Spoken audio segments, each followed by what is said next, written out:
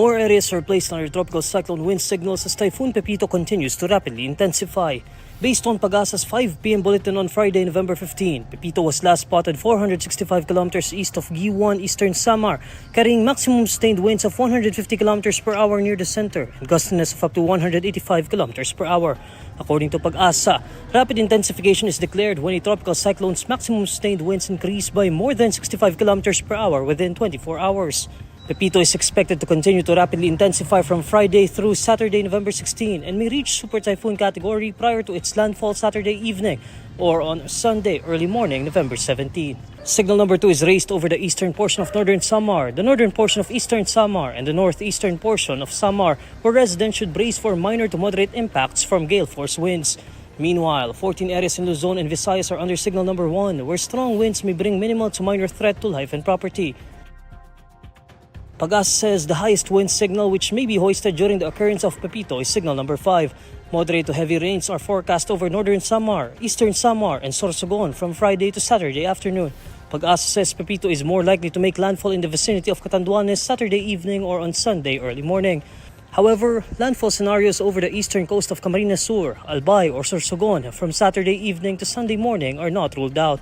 Pag-asa is also not ruling out the possibility of landfall over the eastern coast of northern Samar or along the eastern coast of Quezon or Aurora over the weekend. Regardless of landfall point, Pag-asa still warns of heavy rainfall, severe winds, and storm surge in localities outside the landfall area and the forecast confidence cone. The State Weather Bureau says severe tropical storm Ofel exited the Philippine area of responsibility but may re-enter the region on Friday evening, November 15. Despite exiting PAR, Itbay at Batanes is placed under tropical cyclone wind signal number 1 where minimal to minor impacts from strong winds are possible. According to Pag-asa, Ofel may cause flash floods or landslides due to moderate to at times heavy rains in Batanes.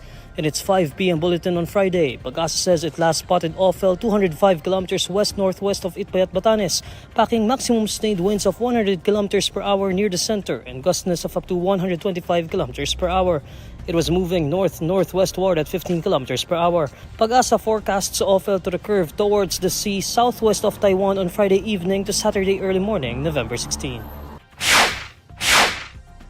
Vice President Sara Duterte says she won't be attending a House of Representatives inquiry into her alleged misuse of public funds. In a press briefing on Friday, November 15, Duterte says she will skip the subsequent hearings of the House Committee on Good Government and Public Accountability after being handed a fresh invitation on Wednesday, November 13. She says she will instead send an affidavit to explain herself. So, hindi ko alam kung bakit inimbitan nila ako, hindi man nila ako binigyan ng mga tanong, pero hindi ako attend na sa hearings na susunod. Kasi nandun na ako, pumunta na ako, tapos wala man silang ginawa sa akin, pinaupo lang nila ako doon. Duterte says her time was wasted at the House Committee's initial hearing, adding she only sat down to do nothing. Inimbitan nila ako isang beses lang doon sa unang una. Pumunta ako, umupo ako doon, hindi man nila ako tinanong. Kung nakikita nyo, nakaupo lang ako doon. Nasasayang yung oras ko, kaya nagpaalam ako kung pwede akong umalis. Inayari naman nila ako na umalis ako. At the House panel's September 18 hearing, Duterte refused to take the oath to be truthful, forcing lawmakers to direct questions to other resource persons. After eventually being allowed to refrain from taking an oath, Duterte delivered a speech where she maintained that the office of the Vice President did nothing wrong with its budget. After her speech, Duterte asked to be excused from the hearing since lawmakers conceded that they could not ask questions to a resource person who refused to take their oath. The House Committee on Good Government and Public Accountability is investigating allegations of fund misuse in the OVP and the Department of Education under Duterte's watch, including the supposed irregularities in confidential fund expenditures. Vice President Sara Duterte describes her father Rodrigo Duterte as the best dramatic actor after the former president appeared at the House Quad Committee's probe into his administration's brutal drug war. The Vice President recalls telling her father he was the best dramatic actor for his so-called performance at the Quadcom hearing on Wednesday, November 13. Sabi niya, kumusta yung performance ko? And I said, the best dramatic actor. So, actually, from 1 to 10, sabi ko, you're a 12. Bakit best dramatic actor? Kayo na lang yung umintindi naman sa ginagawa niya eh. According to the Vice President, she made an appearance on Wednesday to look out for her father. The Vice President on Wednesday appealed to Quad Committee heads to excuse the older Duterte as it was already getting late. Nandun na po kasi, yes, sinamahan ko si dating Pangulong Rodrigo Duterte and usually kasi hindi siya nakikinig sa mga kasama niya. So, hindi sila na tulong sa akin na pag-isabi, pagsabihan.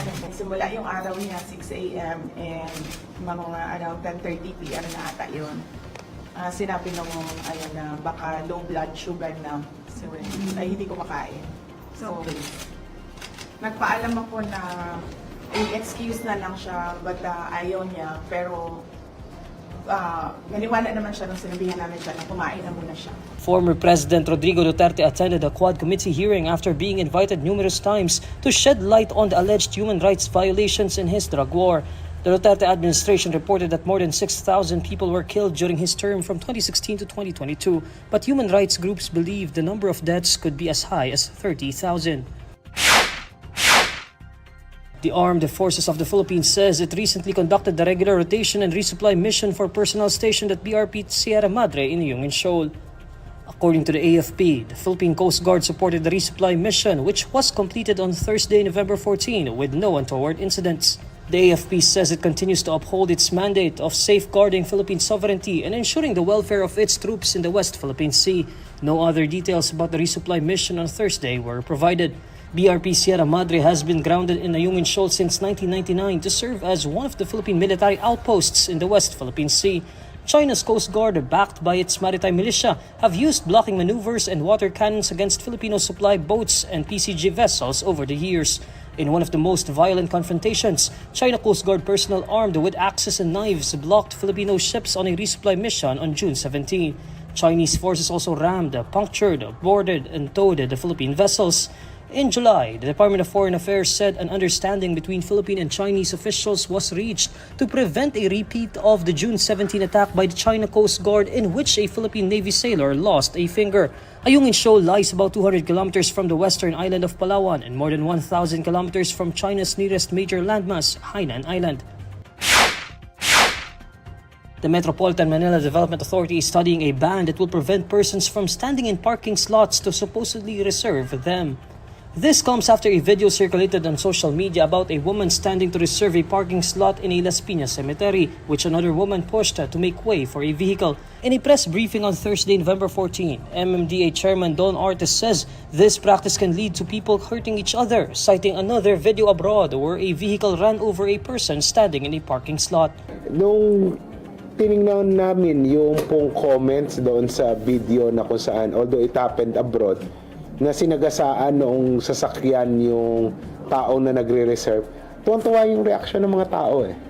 Baka gano'n na maging mindset ng mga tao na every time na may magre-reserve na tao ng parking, pwedeng sagasaan. According to Artes, the MMDA is studying an ordinance to prohibit and penalize standing to reserve parking spaces, which Metro Manila's local governments may adopt in their units. When asked when they aim to have the ordinance, Artes says it should come out as soon as possible. Artes adds that the MMDA will coordinate with malls and private parking owners to institutionalize this policy.